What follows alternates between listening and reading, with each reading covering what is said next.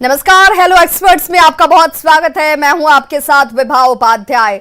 आज हम बात करेंगे मेडिकल में एडमिशन कैसे हो। 10वीं और 12वीं सभी विद्यार्थी और उनके माता पिता यानी अभिभावकों के लिए बेहद खास और महत्वपूर्ण होता है। ज्यादातर विद्यार्थी 10वीं पास करने के बाद ही अपने करियर के प्रति गंभीर हो जाते हैं और वो मेडिकल से जुड़े कोर्स में एडमिशन लेना चाहते हैं, लेकिन वो कोर्स और एडमिशन को लेकर कंफ्यूजन की स्थिति में रहते हैं। 10वीं के बाद मेडिकल से जुड़ा कौन सा कोर्स किया जाए, ये सवाल बच्चों के जहन में होता है।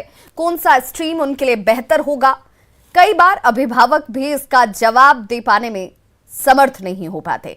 वहीं समस्या 12वीं पास स्टूडेंट्स के सामने भी होती है कि वो MBBS करें या फिर डिग्री कोर्स करें। इन सारे सवालों का जवाब हमारे इस खास प्रोग्राम हेलो एक्सपर्ट्स में आपको मिलेगा, और वो भी सिर्फ एक फोन कॉल पर। सवाल आपके होंगे, जवाब हमारे एक्सपर्ट्स देंगे।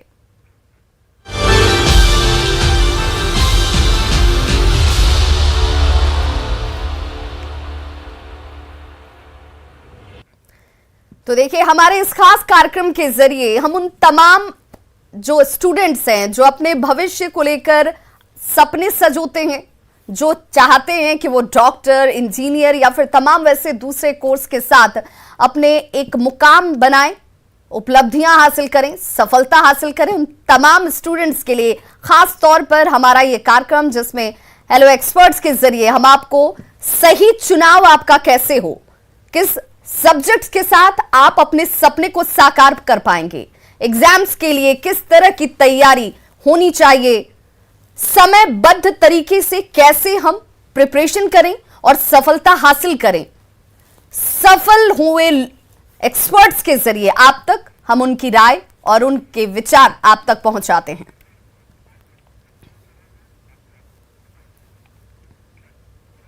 और देखिए, आपके तमाम सवालों का जवाब देने के लिए हमारे साथ इस वक्त जो जानकार यहां पर बैठे हैं वो अपने अपने क्षेत्र में उपलब्धियां हासिल कर चुके हैं, सफल हुए हैं, और उनके तजुर्बे को हम आप तक, उनकी जानकारी को, उनके नॉलेज को हम आप तक पहुंचाने वाले हैं। डॉक्टर रणजीत कुमार सिंह IAS हमारे साथ जुड़ गए। आपका बहुत बहुत स्वागत है doctor Ranjit Kumar. Doctor Sanjay Kumar HOD neuro PMCH वो हमारे साथ जुड़ने वाले हैं। इस वक्त हमारे साथ अभिनव प्रकाश करियर एक्सपर्ट से, इनसे हम जानेंगे कि स्टूडेंट्स को चयन को लेकर जो समस्याएं होती हैं, किस स्ट्रीम को चुने, कहां पर जाएं जहां ज्यादा करियर को लेकर उनके पास ऑप्शंस मौजूद हों। वो तमाम सवालों के जवाब अभिनव प्रकाश हम तक पहुंचाएंगे। नेहा सिंह डॉक्टर पटना एम्स में हैं, इनसे भी इनकी सफलता की कहानी जानेंगे और उस कहानी से आप तक वो अनुभव पहुंचाएंगे जो सफल होने के लिए एक स्टूडेंट्स जो है वो बेहद गंभीर उस पर होता है, चाहता है कि उसे वो तमाम जानकारियां हासिल हो जाएं जिससे वो समयबद्ध तरीके से तैयारी भी करे और सफल भी हो पाए। Doctor Sanjay Kumar HOD neuro PMCH भी हमारे साथ जुड़ गए हैं। सर, आपका भी बहुत बहुत स्वागत। अभिनव प्रकाश, आपका भी बहुत स्वागत, और नेहा सिंह, आपका भी बहुत स्वागत। सबसे पहले मैं यही जानना चाहूंगी डॉक्टर संजय कुमार, चूंकि जब एक स्टूडेंट्स प्रिपरेशन करता है तो उसकी तैयारियां जो है वो कब हो, कैसे करें, कई सवाल उसके जहन में होते हैं। उन सवालों के बीच उसे सही राह चुनना होता है, उसे ये समझना होता है कि हम जिस दिशा में आगे बढ़ रहे हैं क्या ये सही है, हमें इस तरफ जाना चाहिए या नहीं जाना चाहिए। ये तमाम सवाल उसके जहन में दौड़ते रहते हैं। ऐसे में मैं जानना चाहूंगी कि मेडिकल की तैयारी करने वाले स्टूडेंट्स जिनकी खास तौर पर हम बात कर रहे हैं, 10+2 के बाद वो करियर को जब ऑप्ट करते हैं, उस तरफ आगे बढ़ते हैं, तो उन्हें किन विषयों का, किन बातों का सबसे ज्यादा ध्यान रखना चाहिए? जी बिल्कुल। सबसे पहली बात है कि किसी भी कैरियर, मेडिकल हो, इंजीनियरिंग हो, कोई भी कैरियर चुनने में इंटरेस्ट खुद जो छात्र होते हैं उनका अपना पर्सनल इंटरेस्ट बहुत इम्पॉर्टेंट होता है। क्योंकि अगर देखें कि इसमें इंटरेस्ट का चुनाव छात्र करते हैं या उनके गार्जियन करते हैं, तो 100 में से 80% गार्जियन बच्चों के लिए कैरियर का चुनाव कर देते हैं। यहाँ सबसे बड़ी गलती यहीं से शुरू हो जाती है कि बच्चे का इंटरेस्ट अगर अपने उन विषयों में नहीं है जो डेफिनेटली विज्ञान में है, और मैथमेटिक्स छोड़ के जो बायोलॉजी लेना चाहते हैं छात्र, उनका पर्सनल अनुभव, पेशेंस उस पढ़ाई के प्रति कितना है, ये जानना बहुत ज़रूरी होता है। जो डेफिनेटली अब जो एजुकेशन सिस्टम में चेंजेस हो रहा है उसमें इस बात का ख्याल रखा जा रहा है कि बच्चों का खुद का इंटरेस्ट किस चीज़ में है। बहरहाल अगर मान लीजिए बच्चा उसका स्ट्रीम को चुन भी लेता है तो बच्चों को ये जानना बहुत ज़रूरी होता है कि हम अगर जिस भी विषय की तैयारी कर रहे हैं उसमें मेरा अपना सांख्यिकी क्या बताता है कि क्या चांसेस है हमारा। आज के डेट में अगर हम जो भी बच्चे तैयारी कर रहे हैं उसको ये जानकारी होनी चाहिए कि अगर वो फ्री सीट की तैयारी कर रहे हैं मेडिकल में, तकरीबन उनको 45,000 के करीब में पूरे इंडिया में जो 280 गवर्नमेंट मेडिकल कॉलेज हैं उसमें 45,000 के करीब में सीट हैं फ्री सीट। और अगर पूरी सीट की बात करें तो तकरीबन 83,000 के करीब में सीट हैं जो मेडिकल के लिए हैं, 26,000 के करीब में जो सीट हैं वो डेंटल्स के लिए हैं। और अगर तकरीबन पिछले 10 साल के स्टूडेंट जो एग्ज़ाम देने वाले बच्चों की बात की जाए तो 12 से 13 लाख लोग अपीयर होते हैं। तो मोटा मोटी मान के चला जाए उनको 12 से 13 बच्चों में से एक बच्चों का सिलेक्शन होने का चांसेस होता है मेडिकल की बात करें तो उस चीज़ों में बच्चों को मालूम होना चाहिए कि मेरा जो जिन लोगों से कंपटीशन है ये तकरीबन ये इतने लोग हैं जिसमें हमको आगे निकलना है। और अगर अपने विषयों का चुनाव उन्होंने किया है और लगातार निरंतर पढ़ते हैं तो बहुत मुश्किल नहीं है। मुश्किल तब होता है जब आप कैरियर चुन लेते हैं और चुनने के बाद आपको वो जो लंबी पढ़ाई पढ़नी पड़ती है। तो बच्चों को उनके धैर्य के बारे में ज़रूर जानना चाहिए कि भैया आपके इंटरेस्ट के साथ साथ मेडिकल के साथ कितना आप सही दृष्टिकोण से न्याय कर पाते हैं, ये बच्चों के अंदर डालना चाहिए गार्जियन को एज ए या जो कैरियर देने वाले लोग हैं। सिर्फ एंट्री एक पॉइंट नहीं है, आपको निरंतर पढ़ना पड़ेगा, एक के बाद दो, दो के बाद तीन, आप कितना ऊपर जाना चाहते हैं ये आप पे डिपेंड करता है। इसलिए मेरे समझ से बच्चों को उनका पर्सनल इंटरेस्ट देखना बहुत ज़रूरी है। बिल्कुल, और बच्चों का इंटरेस्ट जिस सब्जेक्ट को लेकर है, जिस क्षेत्र को लेकर है, उसमें वो बेहतर कर सकते हैं, ये अभिभावकों को भी समझने की जरूरत है। और तभी जिस उम्मीद के साथ अभिभावक अपने बच्चों को सफल होते देखना चाहते हैं वो साकार हो पाता है। हमारे साथ एक अभिभावक जुड़ चुके हैं पटना से। मैं चाहूंगी कि क्या जानना चाहते हैं बच्चों के लिए। हर माँ बाप के तौर पर, एक अभिभावक के तौर पर सबकी इच्छा होती है कि जिस क्षेत्र में उनका बच्चा इस वक्त तैयारी कर रहा हो, पढ़ रहा हो या सफल हो चुका हो, वो शीर्ष स्थान तक पहुंचे। क्या जानना चाहते हैं सर आप?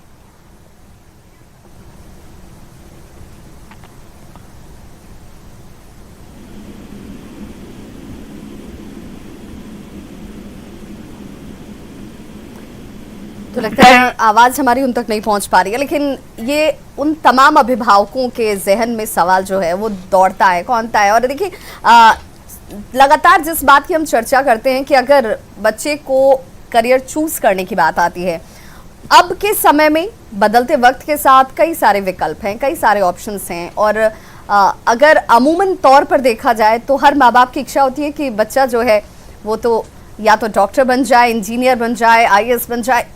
ऐसे क्षेत्र का चुनाव बच्चे कर ले, बच्चे का इंटरेस्ट पॉइंट उस पे है या नहीं है, ये तमाम चीज़ों को जानना और समझना भी अभिभावक के तौर पर बहुत खास और महत्वपूर्ण हो जाता है। हमारे साथ इस वक्त चूंकि तमाम वो एक्सपर्ट्स अपने अपने क्षेत्र के हैं, ऐसे में इसलिए जानना बहुत ज़रूरी है।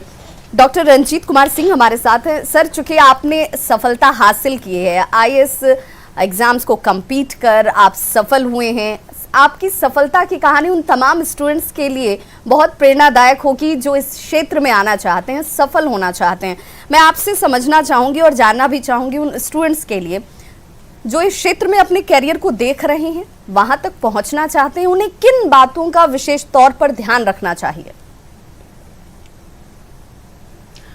विभा जी, मैं सबसे पहले यह बताना चाहूँगा, जैसा संजय जी बता रहे थे कि इंटरेस्ट का बहुत पहले और एम का पहले डिसीजन हो जाना चाहिए। कई बार पेरेंट्स जो है उन पे दबाव बनाते हैं, या पेरेंट्स अपने सपनों को बच्चों के माध्यम से पूरा करना चाहते हैं। बच्चे की अपनी मंशा होती है।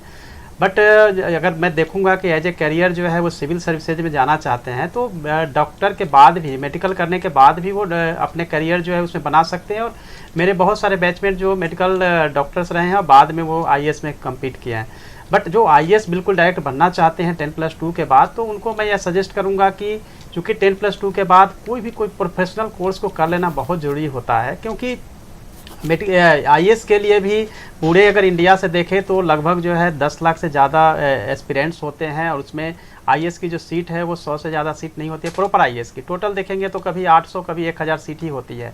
तो ये मेडिकल से भी ज़्यादा टफ होता है एग्जाम आईएएस का। तो मेडिकल पहले अगर वो कर लेते हैं, उसके बाद अगर करियर बनाना चाहते हैं आईएएस के लिए तो और भी ज़्यादा बेटर होगा। क्योंकि बिल्कुल डॉक्टर रंजीत, इसी से जुड़ा मेरा सवाल आपसे जरूर होगा कि चूंकि बिल्कुल दो अलग स्ट्रीम हो जाते हैं, कैसे तैयारी वहां पर की जाए, कितनी चुनौती वो होती है। लेकिन इस वक्त हमारे साथ एक कॉलर जुड़ गई है, रेनू मिश्रा छपरा से। रेनू, आप अपना सवाल पूछिए। नमस्ते सर। आप अपना सवाल पूछिए।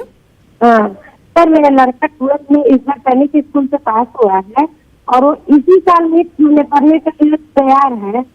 क्या उसको किस रास्ते से ले जाने पर ठीक होगा? पढ़ाई में बहुत अच्छा है। रेनू जी, आपकी आवाज़ क्लियर नहीं आ रही है, काइंडली फिर से रिपीट करेंगे आप अपनी क्वेश्चंस को।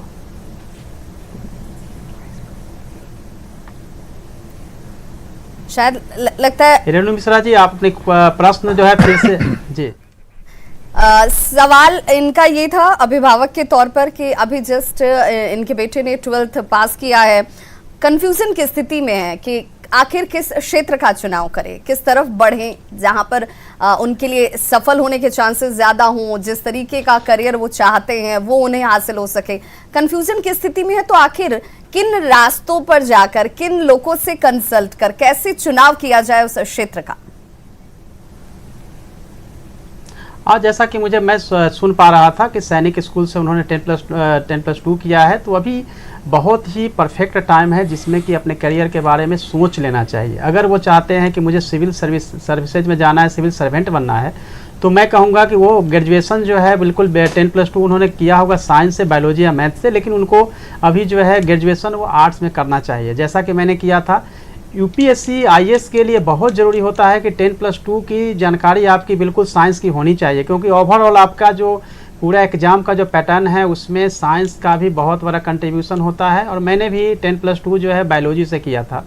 तो बायोलॉजी का लाभ जो है ये होता है कि हमें जीएस में भी पूरा का पूरा हमें फ़ायदा मिलता है, साइंस एंड टेक्नोलॉजी होता है, स्टैटिक्स होता है, बहुत सारे ऐसे चीज़ें हैं, सीसेट होता है। तो अभी अगर वो करियर बनाना चाहते हैं सिविल सर्वेंट के रूप में, तो मैं उनको सजेस्ट करूंगा कि वो ग्रेजुएशन जो है अच्छी यूनिवर्सिटी से आर्ट्स पेपर से करें, ताकि उनकी तैयारी जो है सही दिशा में जाए। और यह परफेक्ट टाइम है, क्योंकि 10+2 के बाद समय का चुनाव जो है, आप टाइमिंग जो टाइम मैनेजमेंट होती है वो बेहद महत्वपूर्ण होती है। किसी भी करियर का चुनाव आप कर रहे हो, लेकिन उसमें समय के अनुसार और उसके अनुसार आपकी तैयारी, सही दिशा में तैयारी, सही अप्रोच, पॉजिटिव अप्रोच होना बहुत जरूरी हो जाता है। हमारे साथ एक कॉलर जुड़ गए भागलपुर से, अनिल आपका सवाल क्या है? आप सवाल पूछिए।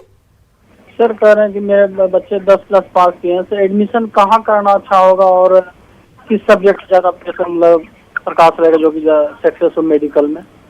अभिनव प्रकाश, मैं आपसे चाहूंगी, ये अपने बच्चे के लिए कंसर्न रख रहे हैं, चाह रहे हैं कि अभी जस्ट बच्चे ने 10th पास किया है, तो कैसे बच्चे को बेहतर तरीके से पॉलिश किया जाए, कहाँ चयन हो, किस स्कूल में एडमिशन कराया जाए, सब कुछ बेहतर कैसे हो? जी बिल्कुल, एक अच्छा सवाल है जिससे बहुत सारे बच्चों को इस माध्यम से ये समझने का मौका मिलेगा कि सही समय पर अगर ये बात सारे बच्चे और उनके पेरेंट्स समझें, और सही समय का मतलब होता है जब बच्चा स्टैंडर्ड 8, 9 और 10th की पढ़ाई पढ़ रहे होते हैं। अभी इनके 10th के जो मार्क्स आए हैं, चाहे सीबीएसई बोर्ड हो या बिहार बोर्ड हो या आईसीएसई बोर्ड हो, हर किसी ने अपना रिजल्ट डिक्लेयर कर दिया है और अब बच्चे 11th में एडमिशन लेने के लिए अपने एप्लीकेशंस फिल कर रहे हैं। तो जो इनके 10th का मार्क्सशीट है वो ये बताता है कि बच्चे के स्किल्स क्या हैं, क्या वो अंडरस्टैंडिंग स्किल उनका फोटे है या उनका मेमोराइजिंग स्किल फोटे है। और इस चीज़ों को समझने के लिए हमेशा उनके साथ जो रहे हुए शिक्षक हैं या उनके साथ जुड़े हुए ऐसे लोग जो उनको मेंटर करते हैं, उनको पढ़ाते हैं, वो इस बातों को बता सकते हैं या फिर बच्चे से बात करके ये समझा जा सकता है कि उसका इंटरेस्ट चीज़ों को समझने में पहले है, फिर मेमोराइज़ करने में है, या मेमोराइजिंग स्किल पे पहले फोकस करता है बच्चा और फिर बाद में समझने की कोशिश करता है।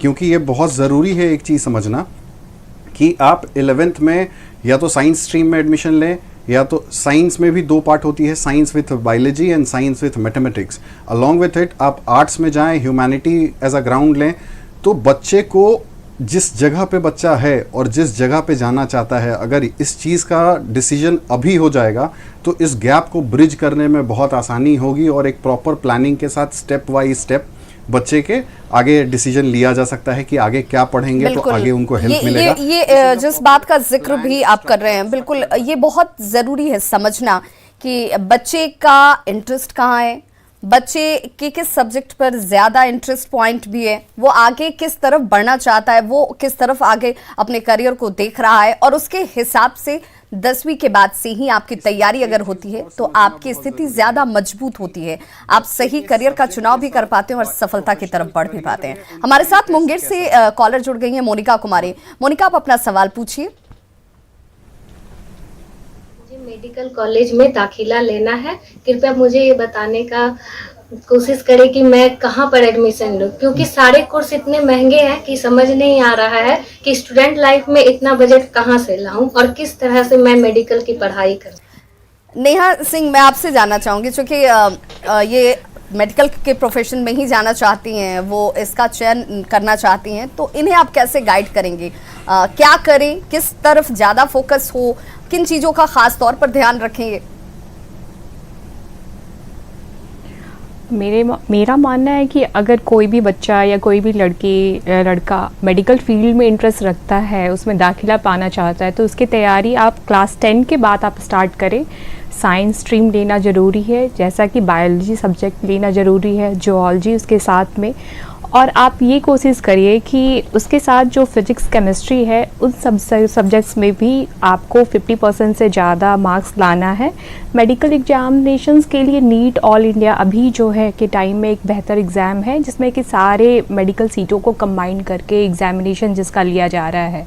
बहुत सारे स्टेट ऐसे हैं कि जहाँ पे इंडिविजुअल जो है एग्ज़ाम हो रहे हैं, जैसे कि केरला हो गया, वेस्ट बंगाल हो गया, तो वैसे में आप जाके कि वैसे इंडिविजुअल स्तर पे भी अब एग्ज़ाम दे सकते हैं। और मेडिकल की पढ़ाई महंगी है, थोड़ी लंबी है, लेकिन अगर इसमें दाखिला आपका होता है, चयन होता है, तो गवर्नमेंट कॉलेज ऐसे हैं कि जिसमें कि उनकी फ़ीस जो है प्राइवेट के मुताबिक कम है, उनके मुकाबले कम है, और धीरे धीरे करके अगर आप अच्छे स्टूडेंट हैं तो आपको उनके बेनिफिट्स भी वहाँ पे दिया जाता है कॉलेज में। इस तरह के बेनिफिट्स भी ऐसे एग्जाम्स होते हैं। ये खास बातें हैं जिनका आपको ध्यान रखना है खास तौर पर, और अगर आप इसके हिसाब से तैयारी करते हैं, इस पर फोकस्ड होकर तैयारी करते हैं, तो सफलता आपको जरूर मिलती है। हमारे साथ एक अभिभावक जुड़ गए हैं भागलपुर से, पंकज कुमार सिंह। पंकज, आप अपना सवाल पूछिए। कि हमारे बच्चे, जो हमारी बेटी तैयारी कर रही है मेडिकल की, ठीक है, वो 12 में है, और यहीं आकाश है भागलपुर में, वहीं से जो है सो कोचिंग भी अपना ऑनलाइन अभी हो रहा है कोरोना चलते। हम लोग जनरल कैटेगरी से आते हैं, ठीक है, तो हम ही जानना चाह रहे हैं कि रिजर्वेशन जो है तो उसमें क्या कितना इन लोग को नंबर आ जाएगा, जिन लोग का नीट हो जाएगा, गवर्नमेंट कॉलेज मिल जाएगा, कम से कम कितना नंबर इन लोग को आना चाहिए जनरल कैटेगरी के बच्चे को, ताकि उसको सरकारी कॉलेज मिल जाए? कुछ आप एक तो अंदाज हमको बता सकते हैं, बताइए। बिल्कुल। अभिनव प्रकाश, क्योंकि आप करियर एक्सपर्ट हैं, एक अभिभावक के लिहाज से जिन स्टूडेंट्स को लेकर, सफलता को लेकर के मार्किंग, कितने मार्क्स वो लेंगे या उन्हें हासिल हो जिसके बाद वो सिलेक्शन उनका हो पाता है, वो compete कर पाते हैं, और किस तरफ उनका फोकस, किस सब्जेक्ट पर ज्यादा फोकस हो ताकि ये आसान हो जाए रहा? जैसे कि आजकल कंपटीशन का युग है, सब लोग जो है सारे स्टूडेंट अपने लेवल पे बेस्ट तैयारी कर रहे हैं, एग्ज़ाम दे रहे हैं।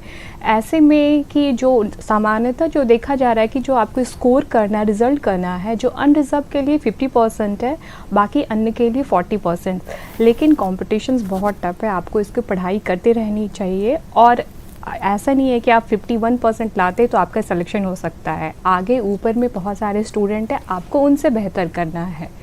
बेसिक है कि आप 50% से ज़्यादा मार्क्स आपको लाने हैं। बिल्कुल। अभिनव प्रकाश, मैं आपसे समझना चाहूंगी, जिसका जिक्र भी अभिभावक के तौर पर ये कर रहे थे कि आकाश से बच्चों को पढ़ा रहे हैं, क्या इस तरह के संस्थान या इंस्टीट्यूट जो होते हैं उनकी कितनी बड़ी भूमिका होती है एक बच्चे को सही तरीके से गाइड करने में, उनको सही अप्रोच देने में और टाइम मैनेजमेंट में भी, कि आप तैयारी सही दिशा में सही वक्त पर सही तरीके से कर पाएं? जी, जो सवाल है वो भी बहुत अच्छा, और मैम ने भी जो चीज़ें बताई मैं उसमें थोड़ा सा ऐड करना चाहूँगा, इस पॉइंट पे थोड़ा फोकस करूँगा कि पेरेंट्स को एक बात बहुत क्लियरली आज के डेट में समझना चाहिए, और स्टूडेंट्स जो एस्पिरेंट्स हैं उनको, कि आज के डेट पे जनरल और रिजर्वेशन का कैटेगरी का मार्क्स डिफरेंस में बहुत ज़्यादा कोई अंतर बचा नहीं है। It's hardly from 10 marks to 15 to 20 marks. एक नीट के एग्ज़ाम में एस्पिरेंट को क्वालिफाई करने के लिए 720 मार्क्स के एग्ज़ाम को अपीयर करना होता है।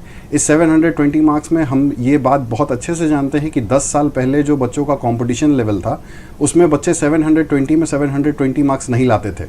आज बच्चे पिछले 2 सालों से लगातार 720 आउट ऑफ 720 ला रहे हैं। हम ये भी जानते हैं कि पहले परसेंटेज में नहीं काउंट होता था मार्क्स, परसेंटाइल में कंपटीशन में मार्क्स काउंट होता है, जो कि रैंक 1 के नंबर पे डिपेंड करता है और लेवल ऑफ डिफ़िकल्टी क्वेश्चन के। अब चूंकि बच्चों का परसेंटेज 100% मार्क्स आ रहा है तो percentile is almost equivalent to percentage. जी। अब गार्जियन और बच्चों को ये सोच के पढ़ाई करना है कि 550 से अगर वो नीचे रहते हैं तो जाके डिज़ायर्ड कॉलेज नहीं मिलने की गुंजाइश रह जाएगी। अगर उन्हें MBBS चाहिए और एकदम अपने मन के पसंद लायक कॉलेज से चाहिए, या तो फिर वो एम्स के लिए क्वालिफाई करना चाहते हैं तो go for 100 percentile, not for scoring just to qualify 550।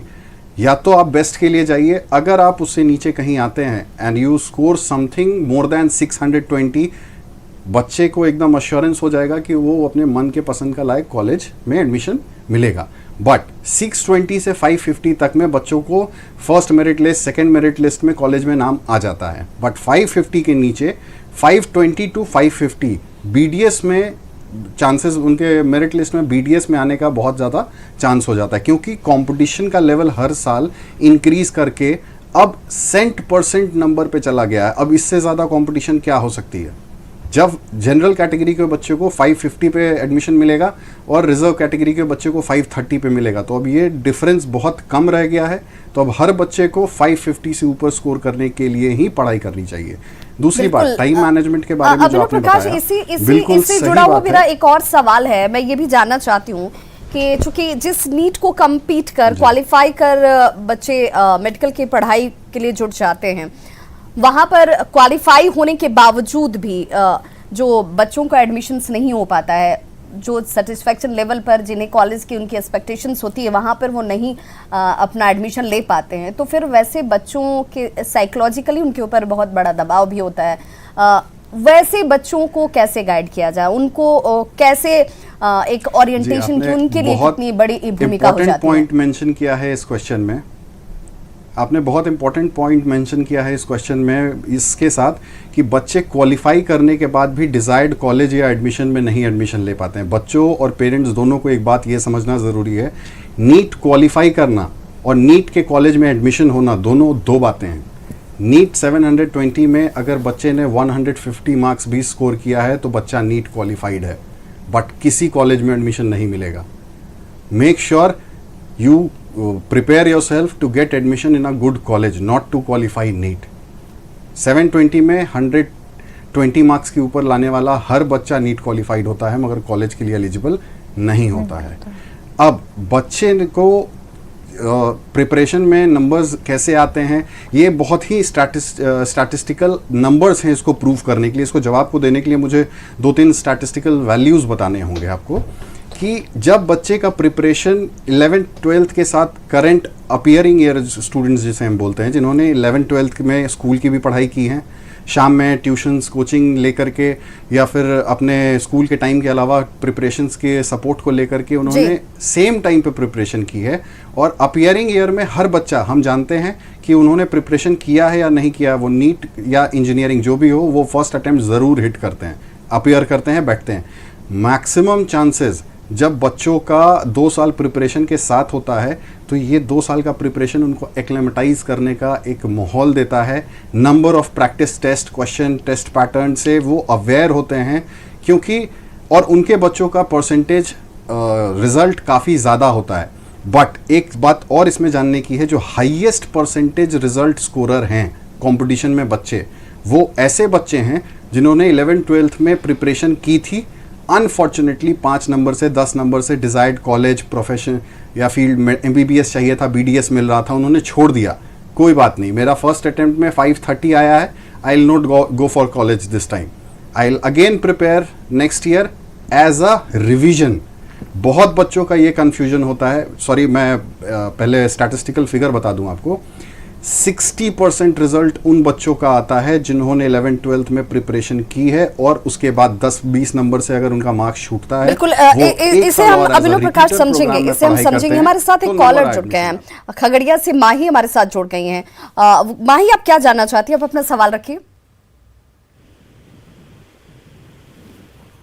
मैं नीट का प्रिपरेशन कर रही हूँ, तो मैं ये जानना चाहती हूँ कि मैं नीट का प्रिपरेशन कैसे करूँ, किस तरह से करूँ, और नीट का प्रिपरेशन करने के लिए क्या ज़रूरी होगा और क्या किस प्रकार से मैं पढ़ाई कर सकती हूँ इसके लिए। बिल्कुल, तो ये एक स्टूडेंट के लिहाज से देखिए कई तरह के सवाल इस दौरान बच्चों के दिमाग में घूमते रहते हैं। डॉक्टर संजय कुमार, कैसे गाइड करेंगे आप? सिर्फ स्पेसिफिकली मैं इस सवाल के लिए नहीं, इस जैसे सवाल के करने वाले तमाम स्टूडेंट्स के लिए मैं जानना चाहती हूँ कि क्या करें ऐसे स्टूडेंट्स? सबसे पहले पढ़ाई को बोझ ना समझें, और जिस तरह से आपने सवाल पूछा कि भाई हम 11th या 12th के स्टूडेंट हैं, हम कैसे तैयारी करें, तो ये सवाल जो है ये अपने आप में थोड़ा सा शक पैदा करने वाला है, क्योंकि आज के डेट में जो मीडिया है आपके पास, जो आप आज कोरोना काल में आपने जो टीवी और मोबाइल आपने देखा है, तो आज ऑप्शंस इतने ज़्यादा हैं आपके पास कि आपको चुनना मुश्किल है कि हम किस रास्ते में जाएं। हर के पास सबसे बड़ी बात है कि अपने अगर आप 10th में या 11th में आप घुस रही हैं, आप अपने NCERT किताब को खरीदें, CBSE के पैटर्न सी सारी बातें, और उसको अच्छे से आत्मसात कर लें, उसको अच्छे से पढ़ाई करें। कोई भी एक अच्छा सा आप अपने साथ गाइड बुक रखें और जिसका थ्रू एंड थ्रू पढ़े। कोई कोचिंग इंस्टीट्यूट या कोई टीचर, उसमें ये शक्ति नहीं होती कि आपको इस नैया को पार करवा दें। नंबर 1, पढ़ना आपको है, ना टीचर को, ना स्कूल को, ना ही कोचिंग इंस्टीट्यूट को। इसलिए आप जहाँ भी पढ़ती हैं, आपके पास एक होना चाहिए कोई अच्छी किताब, जो आपके जो टीचर हैं, या मैंने आपको बता दिया कि NCERT किताब सबसे अच्छी किताब है जिसको आप पढ़ सकते हैं, एटलीस्ट फॉर बायोलॉजी। और केमिस्ट्री फिजिक्स में जैसे भी हैं आप, ऑर्गेनिक केमिस्ट्री है, इनऑर्गेनिक केमिस्ट्री है, फिजिकल केमिस्ट्री है, और फिर आप फिजिक्स में है, तो आप जहाँ भी अपने आप को कमज़ोर समझती हैं वहाँ अपने शिक्षकों का मदद जरूर लें। और आप गाइड बुक्स आप अगर खोजेंगे, नीट के नाम से गाइड बुक खोजेंगे, तो आपको कम से कम 50 गाइड बुक आपको मार्केट में अवेलेबल है आपके लिए। आप अपने टीचर का, जिस सब्जेक्ट में कमज़ोर समझते हैं अपने आप को, अपने टीचर का मदद जरूर लें और इसको बोझ ना समझें। अगर नीट के वो आदमी जो आज के एंट्रेंस में अपने इस पढ़ाई को बोझ, आज आपको मात्र 3 सब्जेक्ट पढ़ना है, आप सब छात्र जो सुन रहे हैं अच्छे से सुने, आज आपको 3 सब्जेक्ट पढ़ना है, लेकिन जो ही आप MBBS में घुसेंगे आपको पूरे 21 सब्जेक्ट पढ़ने पड़ेंगे, और जब उससे ऊपर निकलेंगे तो और आपका नदी गहरी होती जाएगी। आपको मैंने कहा कि इसमें बहुत तेज होने की एकदम ज़रूरत नहीं है। एक एवरेज छात्र इसको अच्छे से कर सकता है अगर उसके पास धैर्य और मेहनत करने का सही डायरेक्शन में धैर्य रखिए, मेहनत करने का जज्बा रखिए, उतावलापन जरूरी नहीं है, आपको बहुत ज्यादा कंफ्यूज होने की जरूरत नहीं है। सही मार्गदर्शन के साथ आपको सफलता मिल सकती है, जो हमारे एक्सपर्ट्स सफल होने के बाद आप तक ये मंत्र पहुंचा रहे हैं, अपने अनुभवों को साझा कर रहे हैं। आनंद हमारे साथ इस वक्त सुपौल से अभिभावक हैं, जुड़ चुके हैं। सर, आप अपना सवाल पूछिए।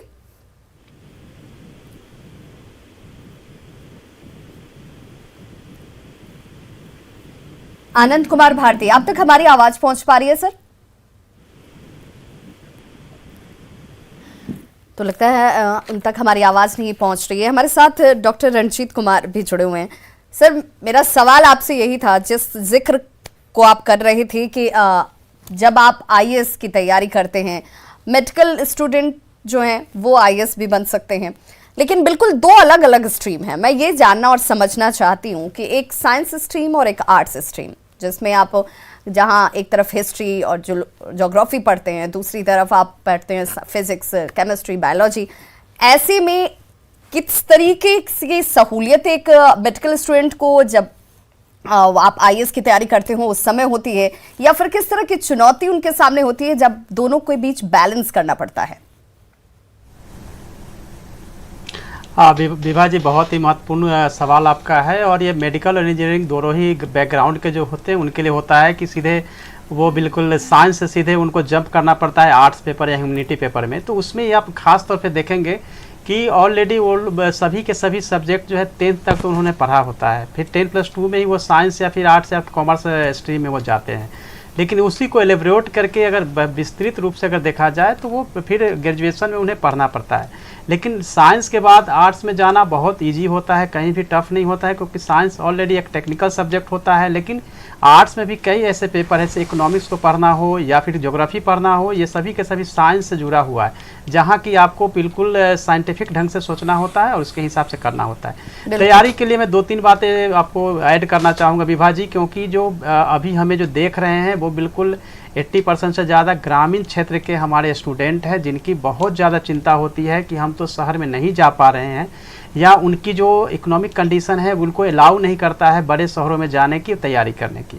लेकिन उनमें जो तैयारी की जो जुनून होती है बहुत ज़्यादा होती है, उनको गाइड करना हम लोगों का पहला फर्ज होता है कि हम रिमोट एरिया में जो स्टूडेंट उनको कैसे। मैं आपके इस जवाब को आगे कंटिन्यू करूंगी। एक कॉलर हमारे साथ इस वक्त जुड़ के हैं रांची से, शिवम। शिवम, आप अपना सवाल पूछिए। मैम, मेरा सवाल ये है कि मैं इस बार 10th का परीक्षा पास किया हूँ और उसके बाद मैं 11th में साइंस स्ट्रीम में एडमिशन लिया हूँ पीसीएम में, तो मैं JEE की तैयारी किस तरह करूँ कि अच्छा गुड रैंक स्कोर करूँ? बिल्कुल, तो देखिए अभिनव प्रकाश, मैं आपसे जवाब ये लूंगी और उसके बाद फिर मैं डॉक्टर रंजीत के पास भी पहुंचूंगी उनके उस जवाब को कंक्लूड करने के लिए। अभिनव प्रकाश, क्या सजेस्ट करेंगे आप इस स्टूडेंट को? मैं स्टूडेंट को ये बोलना चाहूँगा कि बच्चे को एक बात बहुत ध्यान से समझना होगा। अच्छा है उन्होंने एक डिसीजन ले करके आगे पीसीएम लिया है, ये तो बहुत अच्छी बात है। अब उनको एक चीज़ समझना है कि जो अबव ऑपोजिट टेबल लोग बैठे होते हैं जिनके जिम्मेदारी पे क्वेश्चन सेट करना होता है, आज के डेट पे जो हमारे नंबर ऑफ़ एस्पिरेंट्स हैं और जो नंबर ऑफ़ सीट्स अवेलेबल हैं उसको ध्यान में रख के क्वेश्चंस बनाए जाते हैं। और आज के डेट में हमारे समाज में कॉम्पिटिटिव एग्जामिनेशन को एक और नाम से जाना जाता है एलिमिनेटिंग एग्जामिनेशन। अब इस एग्जामिनेशन में बच्चे को अपने आप को प्रूव करना है, तो एक चीज़ बहुत ध्यान से समझने की बात है कि पीसीएम वाले बच्चों में एक स्किल बहुत अच्छे से डेवलप हो जाती है जिसे हम कहते हैं अंडरस्टैंडिंग स्किल। वो चीज़ों को समझने पे ज़्यादा फोकस करते हैं। मेमोराइजिंग स्किल पैरेलली, चूँकि वो आउट ऑफ प्रैक्टिस होते हैं या फिर उनके पढ़ने का तरीका थोड़ा बदल जाता है बच्चों का, इस वजह से हमेशा केमिस्ट्री में वो जाके फंसते हैं। और एक बात बहुत अच्छे से हमें पता है, अगर हमें एक मैथमेटिक्स स्ट्रीम के बच्चे को क्वेश्चन करना है, we can not challenge a student in physics और mathematics, we can only question him in chemistry. तो जो मेमोराइजिंग पार्ट है केमिस्ट्री का, इनऑर्गेनिक केमिस्ट्री, उसको भी बच्चे को पैरेलली साथ में लेके चलना है, क्योंकि उनके पूरे 2 साल के सिलेबस के कंटेंट को जब वो पढ़ेंगे तो वो देखेंगे कि बहुत ज़्यादा समझना है, प्रैक्टिस करना है, सेल्फ स्टडी करना है, न्यूमेरिकल सॉल्व्स करने हैं, थ्योरीज को बहुत कम पढ़, मतलब there are very comparatively 20% theory है, 80% एप्लीकेशन है, न्यूमेरिकल्स है, इलैबोरेशंस है, जिसे आप एक फार्मूला को समझ के अप्लाई कर सकते हैं। बिल्कुल उसी तरीके से बच्चे का थर्ड पार्ट हमेशा वीक हो जाता है। तो अगर आप अपने केमिस्ट्री के पार्ट को भी पैरेलली लेकर के चले, इक्वल टाइम डिवोट करें मैथमेटिक्स को, ऐसा नहीं कि मैथमेटिक्स पढ़ना बहुत अच्छा लगता है, टाइमिंग जो है हर सब्जेक्ट्स की, जिसकी एक्सपर्ट्स लगातार आपको जानकारी दे रहे हैं, इसे आपको अपने अंदर आत्मसात करना है, इसे आपको समझने की जरूरत है। हमारे साथ एक कॉलर जुड़ गए भागलपुर से, राजीव कुमार अभिभावक हैं। अभिभावक के तौर पर इनका सवाल है। सर, आप अपना सवाल पूछिए। हाँ सर, सवाल है कि आज के समय में बेस्ट कोचिंग कहाँ है? किस चीज की तैयारी के दृष्टिकोण से आपका ये सवाल है? मेडिकल के लिए। मेडिकल के लिए, बिल्कुल। अभिनव प्रकाश, इसका भी जवाब आपसे ही, एक पिता के तौर पर, एक अभिभावक के तौर पर, गार्जियन ये जान लेना चाहते हैं कि क्या कोई एक ऐसा संस्थान है क्या जो हमारे बच्चों को 100% सफल होने की गारंटी दे दे? मैम, मैं ये बात बोलना चाहूँगा कि ये सवाल के जवाब को हर किसी को सुनना चाहिए जो पेरेंट हैं, जो अपने बच्चे को पढ़ाना चाहते हैं। हमारे सोसाइटी में बच्चों के करियर को बनाने के लिए 3 पिलर्स बहुत इंपॉर्टेंट होते हैं। पहला, बच्चा जिसे पढ़ाई करनी है, अगर वो वैल्यूड एथिकल नहीं है, वो एथिक्स नहीं फॉलो करता, वो ईमानदारी से पढ़ाई नहीं करता, कोई भी इंसान इंस्टीट्यूशन उसको नहीं पढ़ा सकता। सेकंड, इंस्टीट्यूशन जो ऑनेस्टी के साथ अपने एक्सपीरियंस के साथ बच्चों को लेटेस्ट टीचिंग ट्रेंड्स का गाइडलाइन कर सके। Teachers are always responsible for guiding students to a correct path. एक सही दिशा में ले जाने की जिम्मेदारी इंस्टीट्यूशन या टीचर को होती है। Third and very important, parents. कभी कभी गार्जियन इस गलतफहमी में होते हैं कि बच्चों को पढ़ाने के लिए इंस्टीट्यूशन को पैसा दे दिया, अब ये उनकी जिम्मेदारी बन जाती है और पेरेंट्स की रिस्पॉन्सिबिलिटी खत्म। बिल्कुल। अगर तो एज ए पेरेंट आपको भी ये समझना है कि सिर्फ एडमिशन करा देने मात्र से सफलता नहीं मिलती है। बच्चे की मेहनत, बच्चे के पीछे गार्जियन के तौर पर आपकी उसको लेकर कंसर्न और आपका फोकस होना भी और सही मार्गदर्शन करना भी बहुत जरूरी है। हमारे साथ दीक्षा जुड़ गई है। दीक्षा, आप अपना सवाल लीजिए। पाठक पूर्णिया से और मैं मेडिकल की तैयारी कर रही हूँ। मेरा सवाल यह है कि किस स्ट्रीम की तैयारी की जाए और किस स्ट्रीम का फ्यूचर ज्यादा ब्राइट है अभी के समय में। धन्यवाद। नेहा सिंह, मैं आपसे जानना चाहूंगी इनके सवाल का जवाब क्या आप देंगी, कैसे इनके प्रश्नों का उत्तर मिल जाए, ये समझ पाए कि जिस सवाल के साथ ये अपने करियर को आगे बढ़ाना चाहती हैं जवाब कैसा हो। डेफिनेटली इन्होंने जैसे बताया कि वो मेडिकल की तैयारी भी कर रही हैं, तो जाहिर है कि इनका इंटरेस्ट जो है मेडिकल स्ट्रीम में ही होगा। तो आई फील कि ना कि इन्हें जो है जो साइंस सब्जेक्ट हैं, बायोलॉजी, जूलॉजी और फिजिक्स, केमिस्ट्री, इनकी तैयारी करनी चाहिए। और मेडिकल की तैयारी करने से ज़्यादा एक बात है कि आपको कंटिन्यूअस जो है वो आपको स्टडी करनी है, मेहनत करना है। ऐसा नहीं है कि आप दिन रात आप ये करें, लेकिन आप अगर 4 आवर्स देते हैं या 6 आवर देते हैं तो इस कंटिन्यूटी को आप बना के रखें और इस रिदम को फॉलो करें। बिल्कुल। दिल्ली से हमारे साथ विवेक जुड़ गए हैं। विवेक, आप अपना सवाल लीजिए। मैम, मेरा ये क्वेश्चन है कि हम लोग क्या जीएनएम किस विभाग से कर सकते हैं, आर्ट, कॉमर्स, ये आप बता सकते हैं? चलिए अभिनव प्रकाश से ही जान लेते हैं, करियर एक्सपर्ट हैं। इनके सवाल का जवाब अभिनव आप ही दीजिए। बच्चे का जो क्वेश्चन है वो ये है कि अलाइड कोर्सेज की तैयारी, उन्होंने जो जीएनएम पूछा, ये साइंस में अलाइड कोर्सेज में माना जाता है। मतलब मेन स्ट्रीम एमबीबीएस नहीं करके आप अलाइड कोर्सेज में जाना चाहते हैं। पहले एक धारणा थी कि बच्चे को 12th पीसीबी से ही कंप्लीट करना है, फिजिक्स, केमिस्ट्री, बायोलॉजी, अगर वो साइंस विथ बायोलॉजी के किसी अलाइड कोर्सेज में जाना चाहते हैं जी। अब ये चीज़ें बदल गई हैं। अगर एक बच्चे को बी फार्मा, जीएनएम ये सब करना है तो एज अ 5th पेपर भी बायोलॉजी होने से चलता है। मगर इनका क्वेश्चन है जीएनएम के लिए, इसके लिए बायोलॉजी ज़रूरी है। आप बहुत सारे जीएनएम कोर्सेज, एएनएम कोर्सेज के लिए, डिप्लोमा कोर्सेज के लिए इंस्टीट्यूशन है, यूनिवर्सिटीज़ है, एफिलिएटेड कॉलेजेस हैं जो एडमिशन अनाउंस करते हैं। आप अपने जिस एरिया में आप रहते हैं, जिस शहर के आप निवासी हैं, वहाँ के कॉलेजेस, वहाँ उस स्टेट के कॉलेजेस का नोटिफिकेशन को देखिए, वहाँ का फॉर्म फिल करिए। 3 साल का कोर्स होता है जीएनएम का, आप उसमें एडमिशन ले सकते हैं और इसी तरीके से किया जा सकता है। इसमें तो इस तरीके से आप ये भी जान पाएंगे कि आप बेहतर कर रहे हैं, किस दिशा में कर रहे हैं और कहां कर रहे हैं। हमारे साथ एक कॉलर जुड़ गए हैं कोयलांचल धनबाद से। मुमाइक, आप अपना सवाल पूछिए। हेलो, आप अपना सवाल पूछिए। तो बोल रहे थे ना मैम, मैं इंटर किया हूँ और इंटर के बाद हम सोचते हैं कुछ मेडिकल में ऐसा कौन सा, मतलब हम बायो रखे हैं, तो ऐसा कोई है जो हम अपना कर सकते हैं, जैसे एक्सरे टेक्नीशियन या पैथोलॉजी का सर्टिफिकेट के लिए? निमाइत, आपकी आवाज सही तरीके से नहीं पहुंच पा रही है, फिर भी मैं चाहूंगी डॉक्टर संजय कुमार, आप क्या सजेस्ट करेंगे निमाइत को? हाँ, ये अभी अब यही सवाल जुड़ा हुआ था, अभिषेक जी ने जवाब दिया उसका, जिसको पैरामेडिकल्स बोलते हैं। यानी कि ऐसी सारी सब्जेक्ट जो मेडिकल साइंस के लिए उसमें मददगार होती है, जिसमें पैथोलॉजी है, जिसमें मल्टी कोर्सेज बोलते हैं, नर्सिंग का कोर्सेज है, रेडियोग्राफर्स का है, ऑप्टोमेट्रिक, बहुत सारी ऐसी चीज़ें हैं जो डिफरेंट सब्जेक्ट को बस मदद करते हैं उनके काम में। और इनका करियर भी बहुत ही अच्छा होता है, देश में भी और विदेश में भी। लेकिन अगर हम बिहार की बात करें तो हम लोग के पास गवर्नमेंट इंस्टीट्यूट हर क्षेत्र के लिए कुछ कम है, लेकिन बहुत सारे प्राइवेट इंस्टीट्यूट हैं जो सस्ते दरों में उसको प्रोवाइड करवाती हैं इन चीज़ों को। लेकिन ये अपना एफिलिएटेड है या नहीं बिहार गवर्नमेंट से, ये जानना, उनके साइट पे जाके जानना बहुत ज़रूरी है। और डिफरेंट डिस्ट्रिक्ट्स में ऐसी कॉलेजों का है, और उसके बाद उनकी अगर अच्छी ट्रेनिंग अच्छे जगह से हो जाती है तो ये कैरियर अच्छा है और उसको चूज करना चाहिए। आप इसे चूज कर सकते हैं जिस दिशा में। और जिस सवाल का जवाब आप जानना चाह रहे थे, डॉक्टर संजय कुमार ने आपके मोस्ट प्रोबेबली आपके कंफ्यूजन्स को दूर कर दिया होगा, आपको उत्तर भी प्राप्त हो गया होगा। हमारे साथ एक कॉलर रांची से जुड़ के हैं।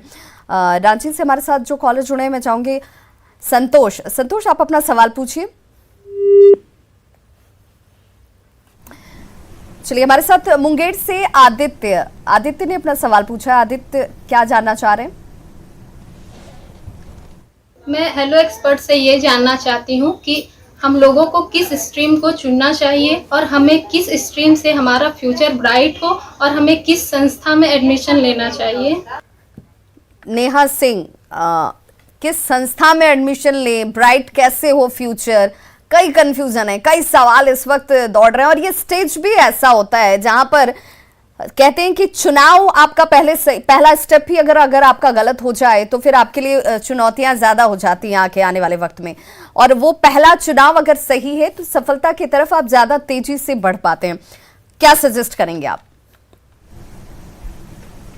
आई फील कि सबसे पहले अगर पेरेंट्स हैं और या बच्चे हैं, उनका इंटरेस्ट किस तरफ है। जैसा कि अभी पहले भी क्वेश्चंस हुए थे कि अभिभावक समझे कि आपके बच्चे साइंस के प्रति अगर इंटरेस्टेड हैं, अगर डॉक्टर्स बनना चाहते हैं, इंजीनियरिंग क्षेत्र में जाना चाहते हैं या एडमिनिस्ट्रेटिव सर्विसेज में, किस तरह के वो चीज़ों में वो अपना बेस्ट दे सकते हैं। तो उस विधि से, उस ओरिएंटेशन से जिस तरह की उनकी तैयारी करें, फाउंडेशन जो है अर्ली स्टेज में ही देना बेस्ट है।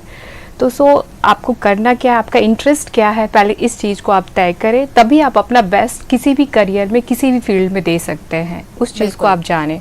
अगर मेडिकल क्षेत्र में अगर आपका इंटरेस्ट है तो डेफिनेटली जो है आप जो आज के डेट में अच्छे कोचिंग संस्थान भी हैं, आपके जो है कि आसपास टीचर्स भी हैं बहुत अच्छे हैं, जो कि आपको सजेस्ट कर सकते हैं कि कैसे प्रोसीड करना है, जो आपको दिक्कतें आएंगी उसको ओवरकम कैसे करना है। तो सबसे पहले आप ओरिएंटेशन जो है आप अपने इंटरेस्ट के हिसाब से वो सब्जेक्ट्स का चयन करिए। रांची से हमारे साथ एक कॉलर जुड़ के हैं, संतोष। संतोष, आप अपना सवाल पूछिए।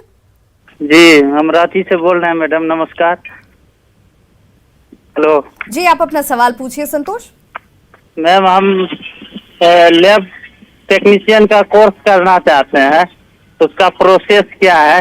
हम इंटर पास है बायोलॉजी से।